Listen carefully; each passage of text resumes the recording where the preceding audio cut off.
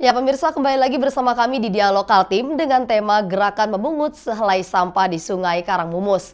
Ya, Pak, kita kembali dalam perbincangan kita. Sebelumnya kita membahas tentang upaya dari gerakan ini sendiri yang telah melakukan berbagai aksi sehingga sudah ada perubahan mungkin Pak ya dari gerakan ini Minimal sendiri. dukungan Iya, kan. dan juga kita melihat bahwa hasilnya memang terasa Pak. Kita melihat juga sudah kebersihannya memang sudah meningkat dan juga dari motivasi dari bapak-bapak ini juga berpengaruh di masyarakat. Dan untuk potensi dari sungai ini sendiri Pak, seperti apa sih, mungkin dari wisatanya ataukah dari ekonomi atau seperti apa Pak? Mas Yus ini Ya, sebetulnya secara fungsi itu dari atau potensi yang pertama memang harusnya adalah sumber Sungai Karangmumus adalah sumber cadangan air bersih untuk kota Samarinda.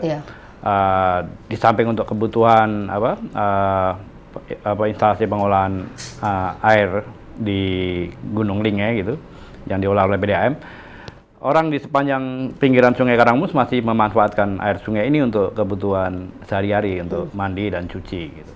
Nah, tetapi kita melihat bahwa justru problem besar justru pada air di Sungai Karangmumus, karena justru air sungai inilah yang tercemar oleh baik limbah domestik maupun sampah, berbagai macam jenis sampah yang membuat airnya sebetulnya kita harus jujur itu air yang kondisinya tercemar berat sebetulnya oleh berbagai macam zat yang sebenarnya berbahaya untuk tubuh, bukan hanya karena dikonsumsi, bahkan sebenarnya untuk menyentuh tubuh kita sebenarnya juga sudah tidak layak sebetulnya. Tetapi itu tidak bisa dihindari, masyarakat tetap memakai di daerah itu, sehingga memang pertama yang kita harus lakukan memang menyehatkan air ini. Dan menurut kami dalam penelusuran di Sungai Karangmumus, sungai ini sebenarnya masih mempunyai kemampuan untuk menyembuhkan dirinya sendiri, dalam arti bahwa untuk melakukan penyehatan ekosistem kan yang harus diperbaiki adalah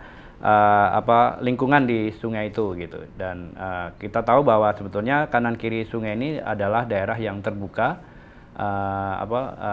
lahan yang terbuka, karena sebetulnya kekayaan sungai yang berupa tumbuhan di kanan kiri sungai itu sudah kebanyakan dibabat habis karena kanan kiri sungai untuk perladangan atau pertumbuhan permukiman. Nah, padahal sungai ini sebenarnya mempunyai juga tumbuhan-tumbuhan yang disebut sebagai native species atau tumbuhan lokal yang sebetulnya ini bisa dipakai untuk menghijaukan atau merestorasi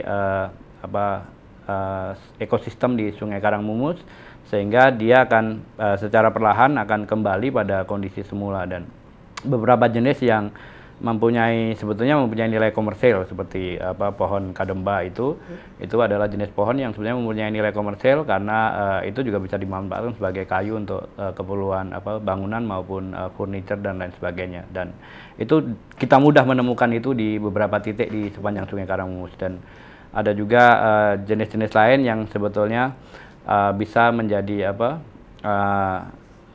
potensi untuk dikembangkan, misalnya rumbia atau sagu. Sebetulnya itu juga kita masih mempunyai di beberapa wilayah di Sungai Karangmumus. Dan yang paling penting juga kalau kita mau menggerakkan orang untuk kembali menghargai sungai, saya kira di sepanjang Sungai Karangmumus ada jenis tanaman yang seperti semak gitu, rumpun, itu pohon bemban atau bamban gitu. Sebetulnya itu mempunyai batang yang bisa dimanfaatkan untuk anyam-anyaman gitu.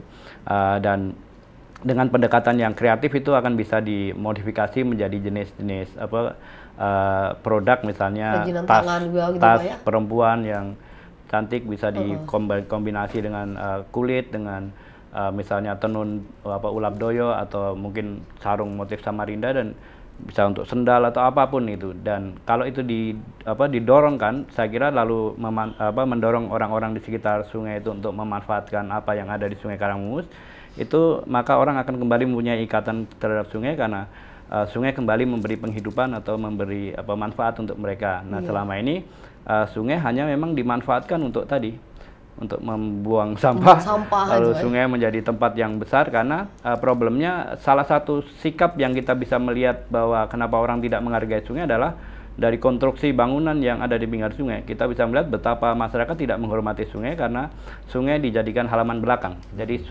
rumah-rumah itu membelakangi sungai. Dan itu pertanda bahwa sebetulnya kita tidak menjadikan sungai sebagai halaman depan. Seandainya sungai menjadi halaman depan, maka sikap atau perilaku kita terhadap sungai pasti akan jauh berbeda. Berbeda juga Pak. Memang pengaruhnya juga pasti terlihat juga Pak ya. Dari situ sudah menunjukkan bahwa kita memang sikap kita jelek terhadap sungai dan adab kita terhadap sungai memang harus kita rubah.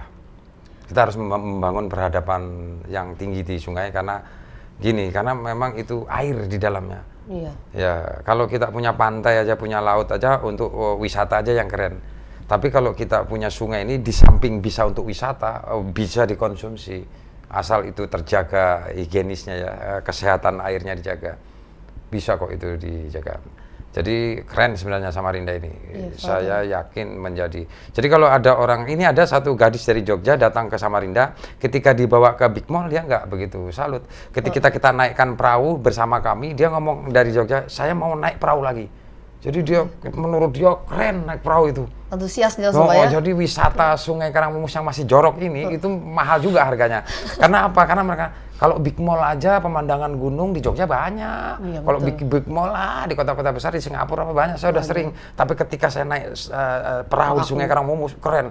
Saya mau kembali lagi naik perahu. Jadi berarti tinggal kita ini mengolahnya untuk menjadi gitu. Satu tempat wisata yang baik gitu Pak ya. Betul. Dan juga tadi saya mendengar bahwa dari itu juga kita bisa mengolah kerajinan tangan itu luar biasa sih Pak. Oh iya, ada pohon bamban tadi itu.